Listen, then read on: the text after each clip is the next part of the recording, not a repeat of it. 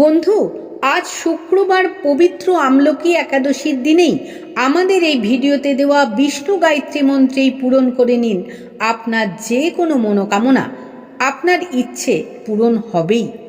নমস্কার দর্শক বন্ধু, আজ আমরা আবার উপস্থিত হয়েছি আমাদের চ্যানেলে নতুন একটি ভিডিও নিয়ে। বন্ধু, আজ ফাল্গুন মাসের শুক্লপক্ষের একাদশী তিথিটি আমলকি একাদশী নামে পরিচিত।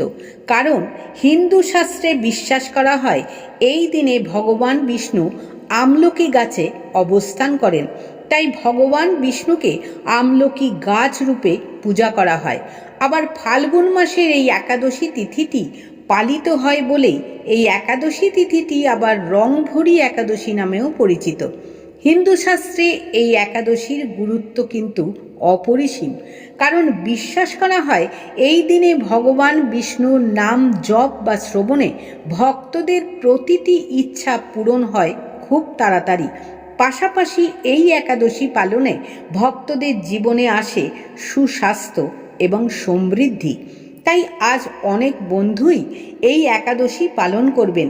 কিন্তু যে সমস্ত বন্ধু এই একাদশীটি পালন করতে অসমর্থ বা এই একাদশীটি পালন করতে পারছেন না, তারা আমাদের এই ভিডিওতে দেওয়া ভগবান বিষ্ণুর এই শক্তিশালী গায়ত্রী মন্ত্রটি দিনে অথবা রাতে যে কোনো সময় মাত্র 51 বার ভক্তি ভরে শ্রদ্ধার সাথে শ্রবণ করতে থাকুন এবং ভগবান বিষ্ণুর কাছে কামনা জানান আপনার জীবনে সুস্বাস্থ্য, সমৃদ্ধি ও প্রতিটি ইচ্ছা বা কামনা পূরণের জন্য।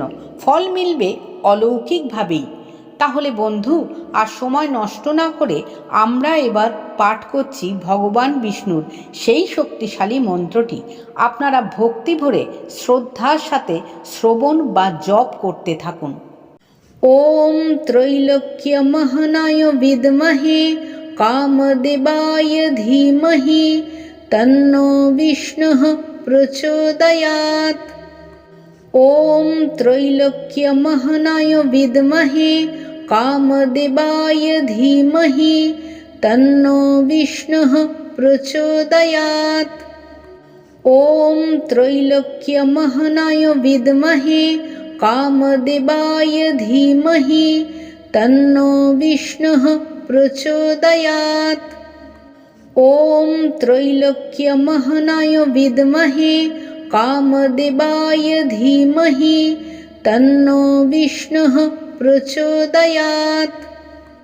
ওম ত্রৈলোক্যমহনায় বিদ্মহে কামদেবায় ধীমহি তন্নো বিষ্ণুঃ প্রচোদয়াৎ। ওম ত্রৈলোক্যমহনায় বিদ্মহে কামদেবায় ধীমহি তন্নো বিষ্ণুঃ প্রচোদয়াৎ। ওম ত্রৈলোক্যমহনায় বিদ্মহে কামদেবায় ধীমহি তন্নো বিষ্ণুঃ প্রচোদয়াৎ। ওম ত্রৈলোক্যমহনায় বিদ্মহে কামদেবায় ধীমহি তন্নো বিষ্ণুঃ প্রচোদয়াৎ। ওম ত্রৈলোক্যমহনায় বিদ্মহে কামদেবায় ধীমহি তন্নো বিষ্ণুঃ প্রচোদয়াৎ। ওম ত্রৈলোক্যমহনায় বিদ্মহে কামদেবায় ধীমহি তন্নো বিষ্ণুঃ প্রচোদয়াৎ। ওম ত্রৈলোক্যমহনায় বিদ্মহে কামদেবায় ধীমহি তন্নো বিষ্ণুঃ প্রচোদয়াৎ। ওম ত্রৈলোক্যমহনায় বিদ্মহে কামদেবায় ধীমহি তন্নো বিষ্ণুঃ প্রচোদয়াৎ। ওম ত্রৈলোক্যমহনায় বিদ্মহে কামদেবায় ধীমহি তন্নো বিষ্ণুঃ প্রচোদয়াৎ।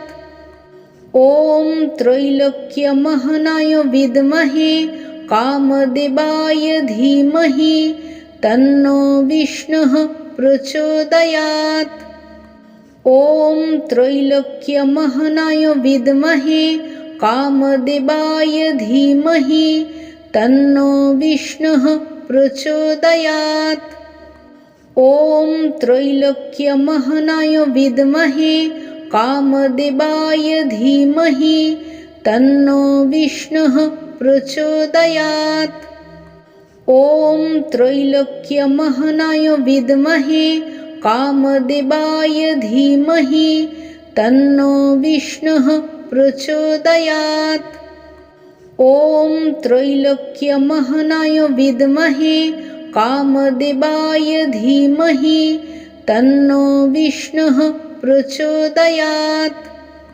ॐ त्रैलोक्यमहनाय विद्महे कामदेवाय धीमहि तन्नो विष्णुः प्रचोदयात्। ॐ त्रैलोक्यमहनाय विद्महे कामदेवाय धीमहि तन्नो विष्णुः प्रचोदयात्। ॐ त्रैलोक्यमहनाय विद्महे कामदेवाय धीमहि तन्नो विष्णुः प्रचोदयात्। ॐ त्रैलोक्यमहनाय विद्महे कामदेवाय धीमहि तन्नो विष्णुः प्रचोदयात्। ॐ त्रैलोक्यमहनाय विद्महे कामदेवाय धीमहि तन्नो विष्णुः प्रचोदयात्। ॐ त्रैलोक्यमहनाय विद्महे कामदेवाय धीमहि तन्नो विष्णुः प्रचोदयात्। ॐ त्रैलोक्यमहनाय विद्महे कामदेवाय धीमहि तन्नो विष्णुः प्रचोदयात्। ॐ त्रैलोक्यमहनाय विद्महे कामदेवाय धीमहि तन्नो विष्णुः प्रचोदयात्। ॐ त्रैलोक्यमहनाय विद्महे कामदेवाय धीमहि तन्नो विष्णुः प्रचोदयात्। ॐ त्रैलोक्यमहनाय विद्महे कामदेवाय धीमहि तन्नो विष्णुः प्रचोदयात्। ॐ त्रैलोक्यमहनाय विद्महे कामदेवाय धीमहि तन्नो विष्णुः प्रचोदयात्। ॐ त्रैलोक्यमहनाय विद्महे कामदेवाय धीमहि तन्नो विष्णुः प्रचोदयात्। ॐ त्रैलोक्यमहनाय विद्महे कामदेवाय धीमहि तन्नो विष्णुः प्रचोदयात्। ॐ त्रैलोक्यमहनाय विद्महे कामदेवाय धीमहि तन्नो विष्णुः प्रचोदयात्। ॐ त्रैलोक्यमहनाय विद्महे कामदेवाय धीमहि तन्नो विष्णुः प्रचोदयात्। ॐ त्रैलोक्यमहनाय विद्महे कामदेवाय धीमहि तन्नो विष्णुः प्रचोदयात्। ॐ त्रैलोक्यमहनाय विद्महे कामदेवाय धीमहि तन्नो विष्णुः प्रचोदयात्। ॐ त्रैलोक्यमहनाय विद्महे कामदेवाय धीमहि तन्नो विष्णुः प्रचोदयात्। ॐ त्रैलोक्यमहनाय विद्महे कामदेवाय धीमहि तन्नो विष्णुः प्रचोदयात्। ॐ त्रैलोक्यमहनाय विद्महे कामदेवाय धीमहि तन्नो विष्णुः प्रचोदयात्। ॐ त्रैलोक्यमहनाय विद्महे कामदेवाय धीमहि तन्नो विष्णुः प्रचोदयात्। ॐ त्रैलोक्यमहनाय विद्महे कामदेवाय धीमहि तन्नो विष्णुः प्रचोदयात्। ॐ त्रैलोक्यमहनाय विद्महे कामदेवाय धीमहि तन्नो विष्णुः प्रचोदयात्। ॐ त्रैलोक्यमहनाय विद्महे कामदेवाय धीमहि तन्नो विष्णुः प्रचोदयात्। ॐ त्रैलोक्यमहनाय विद्महे कामदेवाय धीमहि तन्नो विष्णुः प्रचोदयात्। ॐ त्रैलोक्यमहनाय विद्महे कामदेवाय धीमहि तन्नो विष्णुः प्रचोदयात्।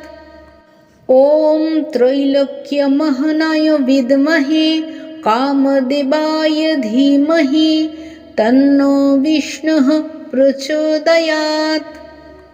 ॐ त्रैलोक्यमहनाय विद्महे कामदेवाय धीमहि तन्नो विष्णुः प्रचोदयात्। ॐ त्रैलोक्यमहनाय विद्महे कामदेवाय धीमहि तन्नो विष्णुः प्रचोदयात्। ॐ त्रैलोक्यमहनाय विद्महे कामदेवाय धीमहि तन्नो विष्णुः प्रचोदयात्। ॐ त्रैलोक्यमहनाय विद्महे कामदेवाय धीमहि तन्नो विष्णुः प्रचोदयात्। ॐ त्रैलोक्यमहनाय विद्महे कामदेवाय धीमहि तन्नो विष्णुः प्रचोदयात्। ॐ त्रैलोक्यमहनाय विद्महे कामदेवाय धीमहि तन्नो विष्णुः प्रचोदयात्।